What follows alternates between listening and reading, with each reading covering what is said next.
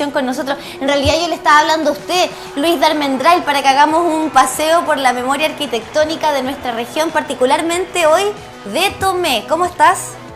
Muy bien, ¿y tú, Cami? ¿Qué tal? Buenos días. Bien, contenta de saludarte una semana más, partiendo la semanita haciendo estos paseos por la memoria, ¿cierto? Por la nostalgia. Y pucha que tiene patrimonio Tomé que entregarnos, además de hermosas playas, una zona costera deliciosa.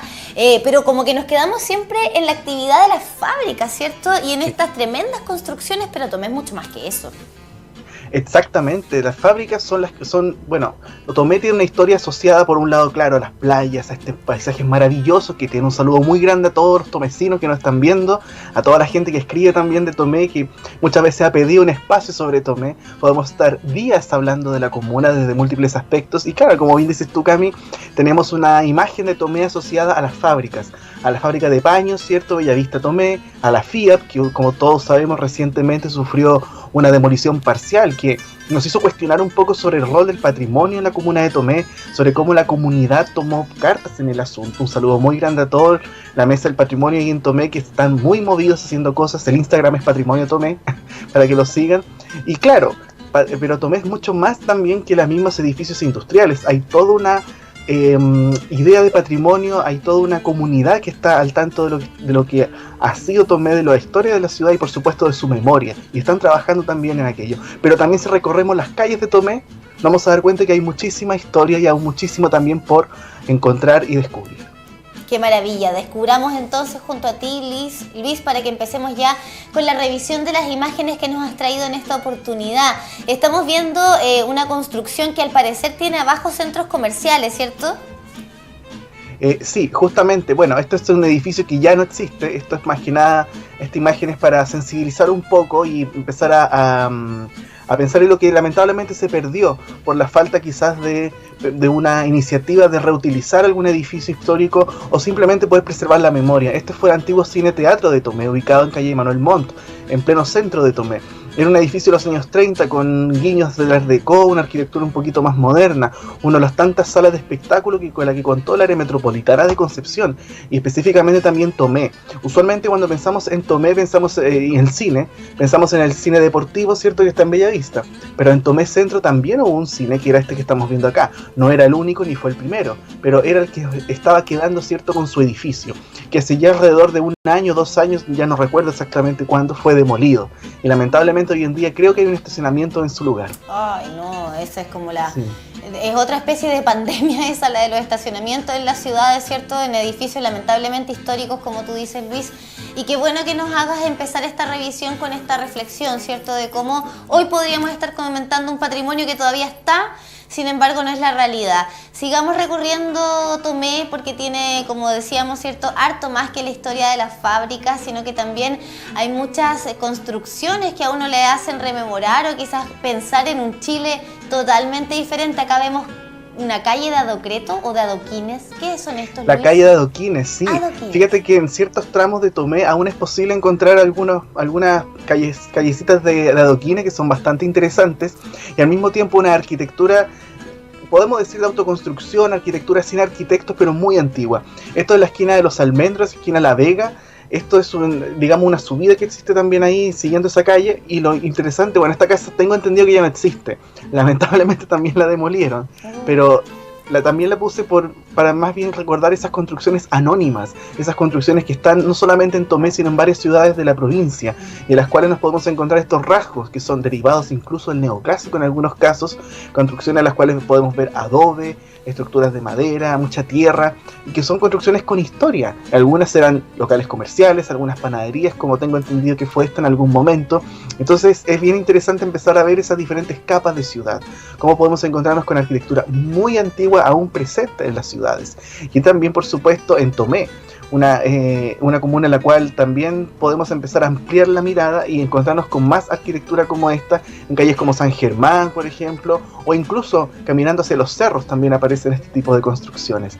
Se ha perdido mucho en Tomé en los últimos años. La casa Inriksen, por ejemplo, sin ir más lejos, lo que pasó después del terremoto, cuando en el centro de Tomé empieza a cambiar absolutamente el paisaje con la demolición de muchas construcciones, pero también hay muchas cosas que van quedando todavía en la ciudad. Sobre todo, como tú dices, Luis, en los cerros, donde se ven construcciones maravillosas, ¿cierto? Muy antiguas. Y en este caso, a mí me llama la atención en lo particular esta mezcla del concreto en bruto, ¿cierto? Con los dinteles de madera de las puertas de madera tan hermosas, ¿cierto? Ese color rojizo que tienen, está muy lindo. Absolutamente, absolutamente. Qué precioso. Sigamos conociendo entonces, y la calle, para qué decir, de adoquines que van quedando ya cada vez menos. Acá tenemos otra construcción similar quizás en su forma, pero con tejas. Con tejas, sí. Cuando uno va, digamos, llegando a Tomé Centro, ¿ok? Tú puedes dar la vuelta y vas a encontrarte con el sector de la FIAP en el plano, pero si tomas mano derecha vas a ver una esquina curva que está sin estucar, y ahí te puedes acercar de a poquito a lo que es la calle San Germán. Y si tú sigues por calle San Germán te vas a dar cuenta que hay muchas construcciones similares a las que vemos en la imagen. Arquitectura muy antigua, arquitectura de hace, no sé, 80 o más años incluso. No puedo decir la data exacta de estas construcciones, si alguien sabe los años, maravilloso.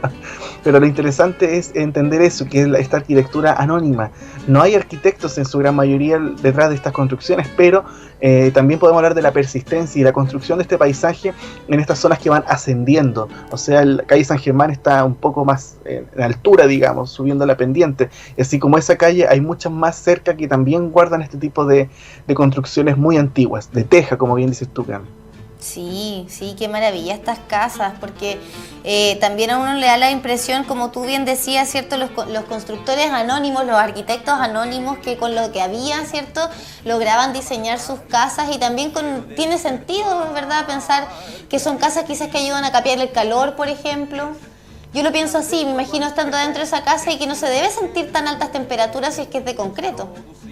Claro, bueno, esas son una de las bondades del adobe, y de hecho en Tomé existieron muchas casas de adobe, por supuesto, al igual que gran parte de la provincia. Ahora, otro aspecto importante de este tipo de construcciones es la idea de conjunto que se genera. Aquí esta casa no está sola, hay varias más a los lados que son de similares características, por lo tanto la sumatoria de todas estas construcciones claramente te genera un paisaje bastante interesante, que no es solamente de esta calle, sino también de varios sectores céntricos de Tomé, ya yendo hacia los cerros, por supuesto, o incluso en algunas zonas asociadas a las fábricas, como por ejemplo el sector de Bellavista. Hay muchos sectores, son varias poblaciones en el sector de Bellavista, todas asociadas a las fábricas, en las cuales la idea de conjunto está presente y es bastante rica y hermosa, por supuesto. Por supuesto, sigamos recorriendo entonces, pasemos a la siguiente imagen, a ver con qué nos sorprende Luis de Armendáriz en esta versión de Concepción histórico, pero Tomé histórico, ¿cierto? Acá tenemos una casa ya con otro estilo arquitectónico totalmente distinto. No me atrevo todavía a aventurarme en decir de qué época, pero yo pienso que es un poco colonial, ¿o no? Nada que ver.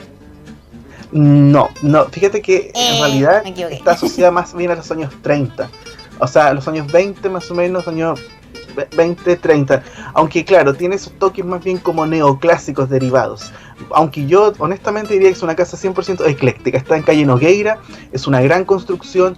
Me gustaría que si alguien de Tomé, experto en la historia tomecina, pudiese comentar en la página o mandar un mensaje sobre quién pudo ser el propietario original de esta construcción, bienvenido sea. Es una construcción bastante bonita, tiene una mezcla de varios lenguajes arquitectónicos. Hay cosas clásicas, hay cosas más geométricas, es una cosa bien interesante. Y esta construcción podría ser quizás de los años 20 o 30. Y nos da cuenta también de otra tipología, y aquí hay arquitectos. Esto no es una cosa, digamos, de autoconstrucción. Aquí hubo un constructor, aquí hubo ya un planteamiento arquitectónico, es una casa de grandes proporciones, si nos damos cuenta, mucho más asociada a esa idea tradicional de la casona, que está también en pleno centro de Tomé. Sí, una belleza de casa, hay que decirlo. Me encantan esas rejas de madera muy a la antigua, ¿cierto? Sí. Y está muy buen estado. O sea, yo la última vez que la vi estaba bastante bien la casa. Ha pasado por varios usos posteriores también. Sigamos recorriendo, nos vamos ahora frente a la plaza, si no me equivoco, Luis, ¿cierto? Nos vamos a dar un paseíto a la plaza de Tomé. A la plaza de Tomé, una plaza que es bien especial porque por todos sus frentes tiene diferentes situaciones. Tenemos la iglesia, por supuesto, de la cual vamos a hablar en unos minutos, pero también nos encontramos con otras construcciones como esta gran casa, siguiendo este mismo formato, ¿cierto?, de la casona propiamente tal, pero esta ya derechamente en los años 30, con una derivación del Art Deco, una geometrización de la arquitectura bien interesante, una casa protagonista que está cerca de esa feria artesanal también que está ahí mismo, por decirlo, en un pasaje que se forma frente a la plaza, y que es una casa ya que es totalmente diferente a todo lo que hemos visto anteriormente. Aparece una ventana elíptica, aparecen esquinas liberadas, aparecen detalles geométricos abstractos, es una casa de grandes proporciones también.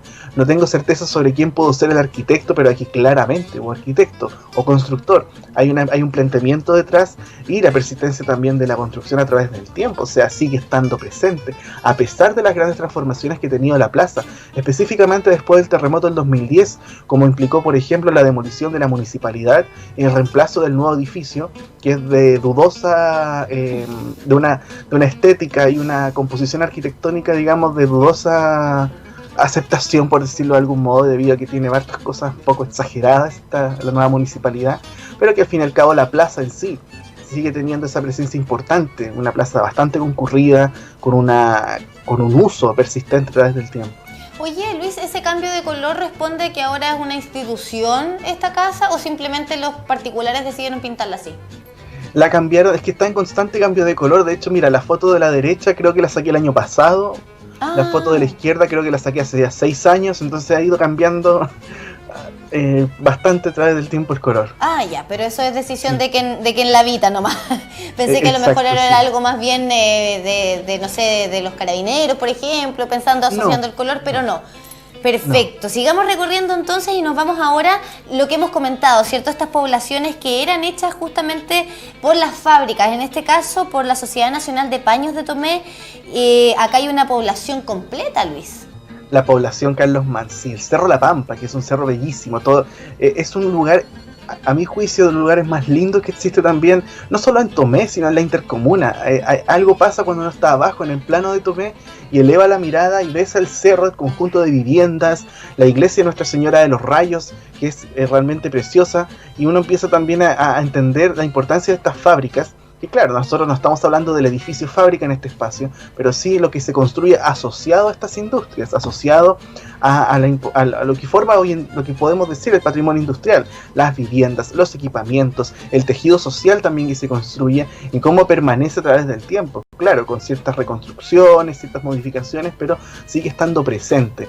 La población Carlos Mans y lo que está cerca también, que es la población Fiat, por el otro lado del cerro, son conjuntos realmente bellísimos, que yo, de verdad, bueno, estamos en un periodo difícil para poder salir a caminar, sí. pero cuando pase todo esto, recorrer los cerros de Tomé, recorrer el Cerro La Pampa, recorrer todos estos conjuntos que son realmente hermosos, son tipologías arquitectónicas nuevas, hay unos guiños a lo que es la arquitectura moderna, por supuesto, hay una idea de conjunto que se construye y una adaptación también a la geografía que es bastante importante, y todo este conjunto, Carlos Mans, Nuestra Señora de los Rayos, las construcciones que se ven ahí son un hito arquitectónico importante en Tomé. Oye, Luis, te quiero preguntar, como arquitecto, ¿sientes tú que estas son las viviendas ideales para construir en cerros? ¿Por qué te lo pregunto? Porque las veo que están muy bien escalonadas, ¿cierto?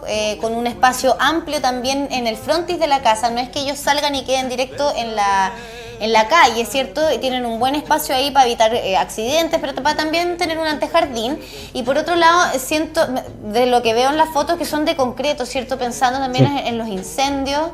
Que si nos vienen, ya estamos en plena época de incendios, lamentablemente, y hemos visto lo que pasa en otros cerros cuando las construcciones son de material ligero.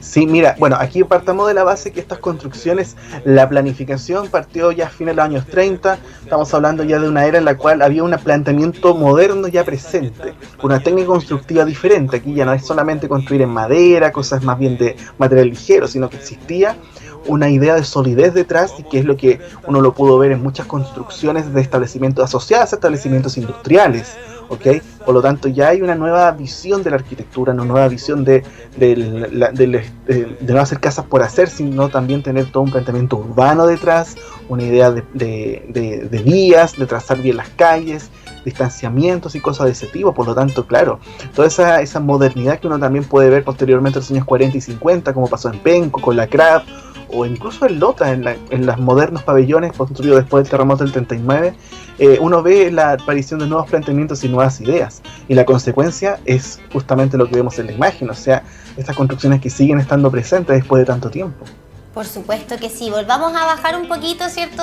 Nos devolvemos a la plaza de Tomé, donde encontramos esta parroquia preciosa, ¿cierto? Estamos viendo las imágenes por dentro de la parroquia La Candelaria. La Candelaria, una iglesia bien especial que la antigua se destruyó con el terremoto del 39 y después en los años 40 aparece este nuevo edificio iniciado por el arquitecto Urrejola y finalizado por Velasco Urzúa, que es el mismo arquitecto de la parroquia San Agustín en Concepción. Por lo tanto hay ciertas similitudes, ya que además corresponde a una iglesia propia de los años 40 y 50, ¿ok? Estamos en plena época de la arquitectura moderna, pero también la arquitectura religiosa en sí no se moderniza tanto. Si bien ya aparece el hormigón armado, la albañilería reforzada, aún hay ciertos elementos más bien clásicos. Mantiene los arcos de medio punto, una distribución en 3 naves, cosas de ese tipo. La iglesia es bastante sencilla y austera en su composición, pero es bastante interesante también respecto a la ornamentación que tienen las imágenes, el altar que está, digamos, por un guiño a una cúpula en el centro, bien iluminada también, por supuesto. Es una iglesia bastante interesante como caso de estudio dentro de la arquitectura religiosa, construida en los años 40 y 50, donde arquitectos como Urrejola, como Velasco Urzúa dejaron una huella importante con templos que son un puente entre lo tradicional y la modernidad aquí en la zona. Mira, son sin duda las iglesias independientes, lo hemos comentado siempre, ¿cierto? Independiente de la religión que cada uno profese o la creencia que tenga, ¿verdad? La iglesia va más allá de eso porque es un testimonio de épocas. Eso Exacto. Es, si las iglesias existen hace ya tantos años y nos van marcando qué estilo predominaba en cada momento de su construcción, ¿cierto? Y eso es fascinante, además que por dentro son impresionantes, esos techos tan altos. Son impresionantes, sí. Maravilloso. Vámonos al cuartel de bomberos, ¿te parece? Porque acá hay un arquitecto que nosotros conocimos contigo, Luis, Fernando Moscoso. Fernando Moscoso Ramos, arquitecto y bombero, por supuesto también, que él trabajó en los cuarteles de Concepción, el primero, de la primera compañía, la segunda, la tercera, la cuarta, la sexta, la séptima, y también por supuesto dejó su huella en Tomé con este cuartel que actualmente es ocupado por la quinta, que fue más que nada un cuartel pensado como central, con espacios también anexos. Vemos una terraza hacia la derecha. Esta fotografía es cortesía de don Fernando Moscoso de Ríos, hijo de Fernando Moscoso, y es un testimonio importante también de estos cambios que van ocurriendo en la ciudad. O sea, es un volumen moderno, de esquina curva, se fijan, años 40, estamos en plena época de esta arquitectura moderna, pero el edificio igual tiene rasgos neocoloniales. Aparecen rejas de fierro forjado, por ejemplo, detalles en la puerta, en relieve, en las ventanas, teja, por supuesto, también. Entonces es un edificio bastante interesante que sigue estando presente como un hito importante en el centro de Tomé, y es parte de un eje bien importante también en el centro, donde más allá están los servicios públicos, está el correo, hay muchos edificios interesantes en todo este sector que le rodea.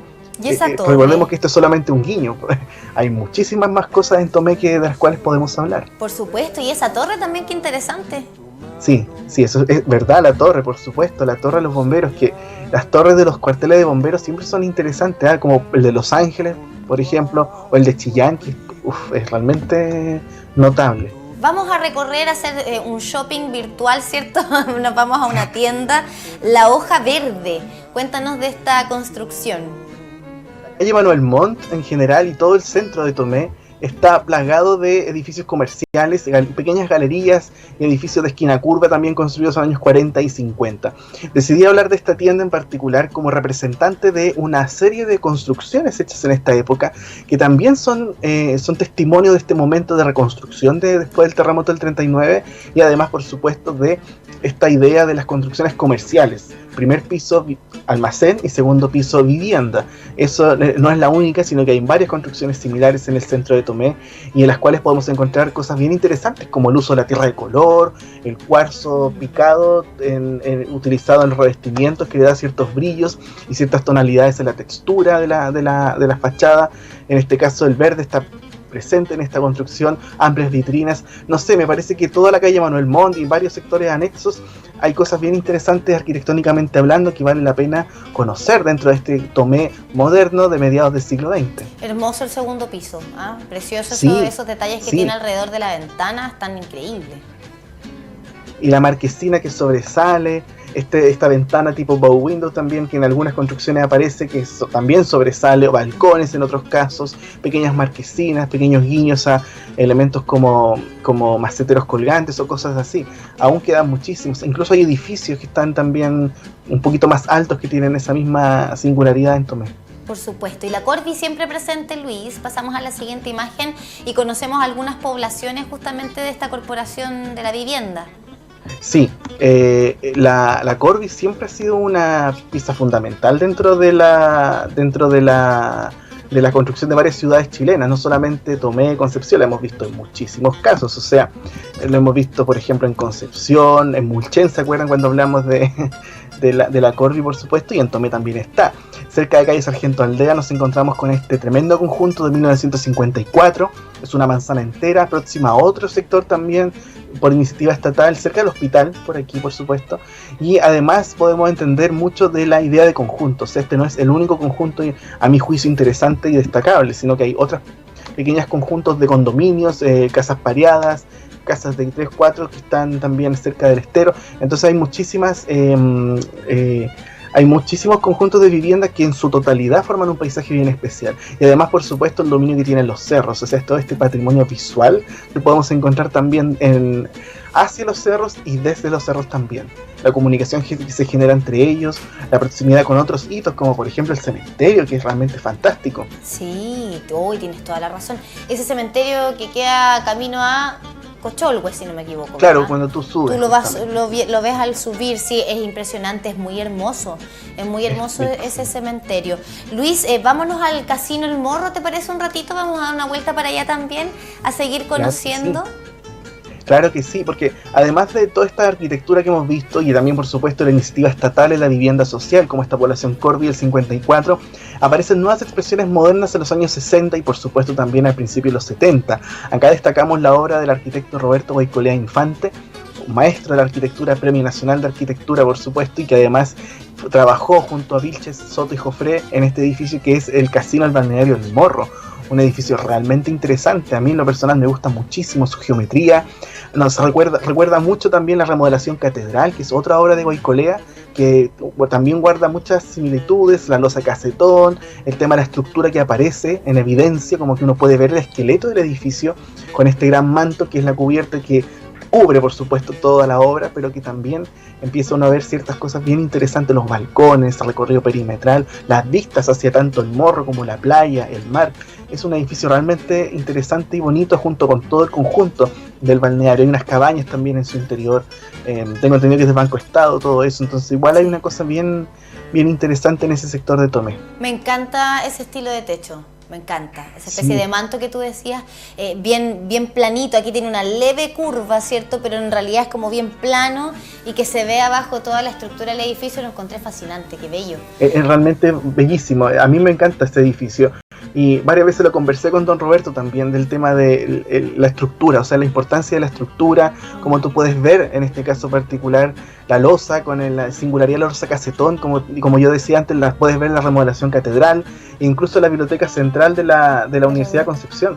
Otra obra de él también en la cual aparece este gesto tan llamativo. Qué genial que hayas tenido la oportunidad de hablar entonces con este arquitecto. Vamos a la última imagen y que esto sí que es icónico para la comuna de Tomé, para la región del Biobío, ¿cierto? Que es este mural de Cecilia, maravilloso mural. Es un maravilloso mural, no es el primero, ya se habían hecho otros murales pintados propiamente tal de Cecilia. Cecilia es un personaje fundamental en la historia musical chilena y por supuesto también en la historia local, es una cantante que ha trascendido varias generaciones, varias décadas y sigue estando vigente y presente por supuesto, recordada en su natal Tomé. Y es parte también de nuestra cultura popular por supuesto, así que cómo no íbamos a terminar este espacio de ciudad, urbanismo, arquitectura, sin hablar de ella como también parte de este mismo patrimonio, de esta memoria tomecina también asociada a la gente. Por supuesto, Luis, ¿esto es mosaico? Es un mosaico, sí, me parece súper interesante ese mural, la técnica que se ocupó y el resultado también que tiene. Qué increíble lo que se puede hacer con los mosaicos, a uno le cuesta imaginar cómo el artista logra tanto detalle, por ejemplo, en el rostro, en este caso de Cecilia, se ve clarita, ¿cierto? Los surcos de su cara también, hay un juego de luces y sombras ahí que se logra pieza a pieza, ¿cierto? De cómo se va instalando este mosaico maravilloso con el cual estamos finalizando este paseo por Tomé, mucho más allá de las fábricas. Luis de Armendáriz, sí, muchísimas gracias como siempre. ¿Tiene algo más que decir? Y además también recomendar a la gente que siga la página, que va sumando cada vez más personas. Que va sumando cada vez más personas, sigan el Instagram, ya no se puede compartir ya la historia, así que insistimos que sigan el Instagram Historia Arquitectónica de Concepción, también en Facebook también pueden encontrar muchísima información, no solo de Tomé, sino de Concepción y gran parte de la intercomuna. Sigan al Instagram de Patrimonio Tomé también, que están haciendo muchas cosas para también trabajar el patrimonio desde la comunidad. Insisto, Tomé, la gente está moviéndose y están haciendo cosas por el patrimonio tomecino, así que muchísimas gracias y por supuesto feliz Navidad a todos los lectores, seguidores de Historia Arquitectónica de Concepción y por supuesto los televidentes de nuestra casa. Que tengan una hermosa Navidad y nos veremos la próxima semana. Gracias Luis, que pases tú también una hermosa Navidad. Muchísimas gracias por acompañarnos cada semana. Te dejamos entonces hasta la otra y también les decimos a ustedes que los dejamos un ratito. Cortito, son las 10 de la mañana con 3 minutos. Al regreso, Luis nos sorprende desde el exterior. Seguimos teniendo conversaciones interesantes aquí en Matinal Nuestra Casa. No te vayas.